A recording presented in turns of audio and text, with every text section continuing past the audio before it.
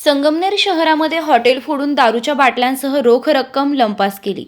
संगमनेर शहरात चोरांचे सत्र खूप जोरात सुरूच आहे।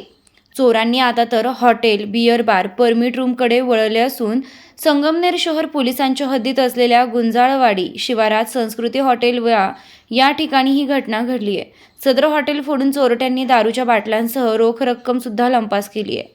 या संदर्भात संगमनेर शहर पोलीस स्टेशनमध्ये गुन्हा दाखल करण्यात आला आहे। गुंजाळवाडीमध्ये संस्कृती हॉटेल असून हे हॉटेल नेहमीप्रमाणे रात्री हिशोब संपल्यानंतर 11 वाजेच्या दरम्यान बंद करून तेथील कामगार आणि मॅनेजर घरी गेले। संबंधित मॅनेजर हे घुलेवाडी या ठिकाणी राहतात। दुसऱ्या दिवशी सकाळी हॉटेलचे कॅशियर यांनी त्यांना फोन करून सांगितले की हॉटेलचे शटर फोडलेले दिसत असून हॉटेलमध्ये लवकर या त्यानुसार कर्मचारी आणि मॅनेजर यांनी हॉटेलची पाहणी केली असता हॉटेलचे शटरमधूनच उचकलेले दिसून आले। तसेच हॉटेलच्या मागील दरवाजा आणि आतमध्ये जाऊन पाहणी केली असता हॉटेल काउंटरच्या वरील बाजूस लावलेल्या विदेशी दारूच्या बाटल्या लंपास करण्यात आलेल्या दिसून आल्या। तसेच काउंटरच्या ड्रॉवरमधील रोख रक्कमही चोरून नेल्याचं आढळलंय।